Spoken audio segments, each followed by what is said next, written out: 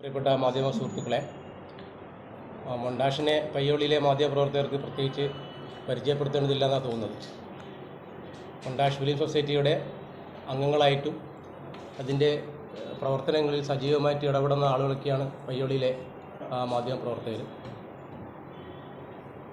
കേരളത്തിലെ film society പ്രസ്ഥാനം ആരംഭിച്ച 1980 കാലങ്ങളിൽ തന്നെ രൂപീകൃതമായ സൊസൈറ്റിയാണ് montage film society. 1952 montage film society രൂപീകരിക്കുന്നത്. അപ്പോൾ അന്നത്തെ കാലത്ത് സിനിമകൾ കാണാനും അത് പ്രദർശിപ്പിക്കാനുള്ള സൗകര്യങ്ങളൊക്കെ വളരെ കുറവായിരുന്നു. ഇന്നത്തെ പോലെയുള്ള സാങ്കേതിക വിദ്യകളൊന്നും ഉണ്ടായിരുന്നില്ലല്ലോ. അപ്പോൾ ഫിലിം റോളുകൾ പെട്ടികളിലാക്കി കൊണ്ടുവന്ന് നമ്മുടെ നാട്ടിലുള്ള ടാക്കീസുകളിൽ മോർണിംഗ് ഷോ ആയിട്ടും അതേപോലെ നാട്ടുമ്പുറങ്ങളിലൊക്കെയാണ് സിനിമ കാണിച്ചാണ് മൊണ്ടാഷിൻ്റെ പ്രവർത്തനം തുടങ്ങിയത്. പിന്നീട് ഇടക്കാലത്ത് അതിൻ്റെ പ്രവർത്തനങ്ങളിൽ ചെറിയ ഒരു തടസ്സം നേരിട്ടിരുന്നു. 2017 മൊണ്ടാഷ് വീണ്ടും സജീവമായിട്ട് സിനിമാ പ്രദർശനവുമായിട്ട് രംഗത്ത് വരുന്നത്.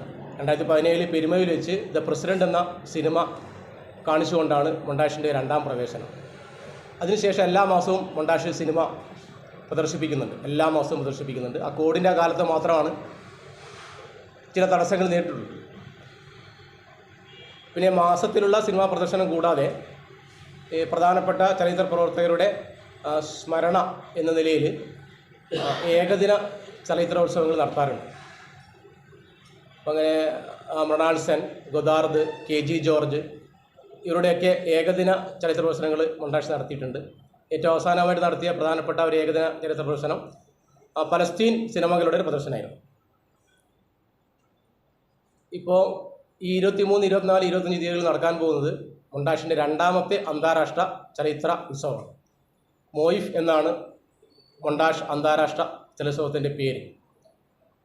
2020 ഫെബ്രുവരിയിലാണ് ഒന്നാമത്തെ ചലച്ചിത്രോത്സവം പയ്യോളി രശ്മി ടാക്കീസിൽ വെച്ചിട്ട് നടക്കുന്നത്. അതും 2020 ഫെബ്രുവരിയിലായിരുന്നു. 2 ദിവസങ്ങളിലായിട്ട് ഏതാണ്ട് 8 സിനിമകൾ അന്ന് പ്രദർശിപ്പിച്ചു. റഫീഖ് അഹമ്മദായിരുന്നു ഉദ്ഘാടനം. 500ഓളം പ്രതിനിധികൾ അന്ന് സിനിമ കണ്ടു 2 ദിവസങ്ങളിലായിട്ട്. അതിനുശേഷം കോവിഡ് വന്നു. പിന്നെ 2-3 വർഷത്തേക്ക് ആ ചലച്ചിത്രോത്സവം തുടരാൻ വേണ്ടി കഴിഞ്ഞില്ല. ഇത് രണ്ടാമത്തെ അന്താരാഷ്ട്ര ചലച്ചിത്രോത്സവമാണ്. ഇത് പെരുമയിൽ വെച്ചാണ് നടക്കുന്നത്. 2024 ഫെബ്രുവരി 23, 24, 25 തീയതികളിൽ. അപ്പോൾ ഈ ചലച്ചിത്രോത്സവത്തിലും ഒരു ദിവസം 4 സിനിമകളാണ് പ്രദർശിപ്പിക്കുന്നത്. മൊത്തം 12 സിനിമകൾ. രാവിലെ 9:30 പ്രദർശനം തുടങ്ങും. അവസാനത്തെ പ്രദർശനം തുടങ്ങുന്നത് വൈകുന്നേരം 6:30. 23-ാം തീയതി വൈകുന്നേരം 5 മണിക്ക് പ്രശസ്ത നടൻ അപ്പുണ്ണി ശശി എരഞ്ഞിക്കലാണ് ചലച്ചിത്രമേള ഉദ്ഘാടനം ചെയ്യുന്നത്. ബഹുമാനപ്പെട്ട നഗരസഭാ chairman VK Abdurahiman, Koyilandy MLA Kanathil Jameela എന്നിവരൊക്കെ ആ ഉദ്ഘാടന സമ്മേളനത്തിൽ പങ്കെടുക്കും. പ്രശസ്ത മാധ്യമ പ്രവർത്തകനും സിനിമാ നിരൂപകനുമായ ശ്രീജിത്ത് ദിവാകരനാണ് അന്നത്തെ മുഖ്യ പ്രഭാഷണം. സിനിമയിലെ തിരുത്തുകൾ എന്ന വിഷയം ബന്ധപ്പെട്ടുകൊണ്ടാണ് അദ്ദേഹത്തിൻ്റെ പ്രഭാഷണം. അന്ന് രാവിലെ 9:30 തന്നെ സിനിമാ പ്രദർശനം ആരംഭിക്കും. 5 മണിക്ക് ഉദ്ഘാടന സമ്മേളനമാണ്. ഈ സിനിമാ പ്രദർശനം കൂടാതെ എല്ലാ ദിവസവും ഓപ്പൺ ഫോറം ഉണ്ട്, ചർച്ചകളുണ്ട്, സംവാദങ്ങളുണ്ട്. അതുകൂടാതെ ഈ മേളയോടനുബന്ധിച്ച് ഇന്ത്യയിലെ ഫിലിം സൊസൈറ്റി പ്രസ്ഥാനങ്ങളുടെ ചരിത്രത്തെ അടയാളപ്പെടുത്തുന്ന ചിത്രപ്രദർശനവും അതുമായി ബന്ധപ്പെട്ട രേഖകളുടെ പ്രദർശനവും നടക്കുന്നത്.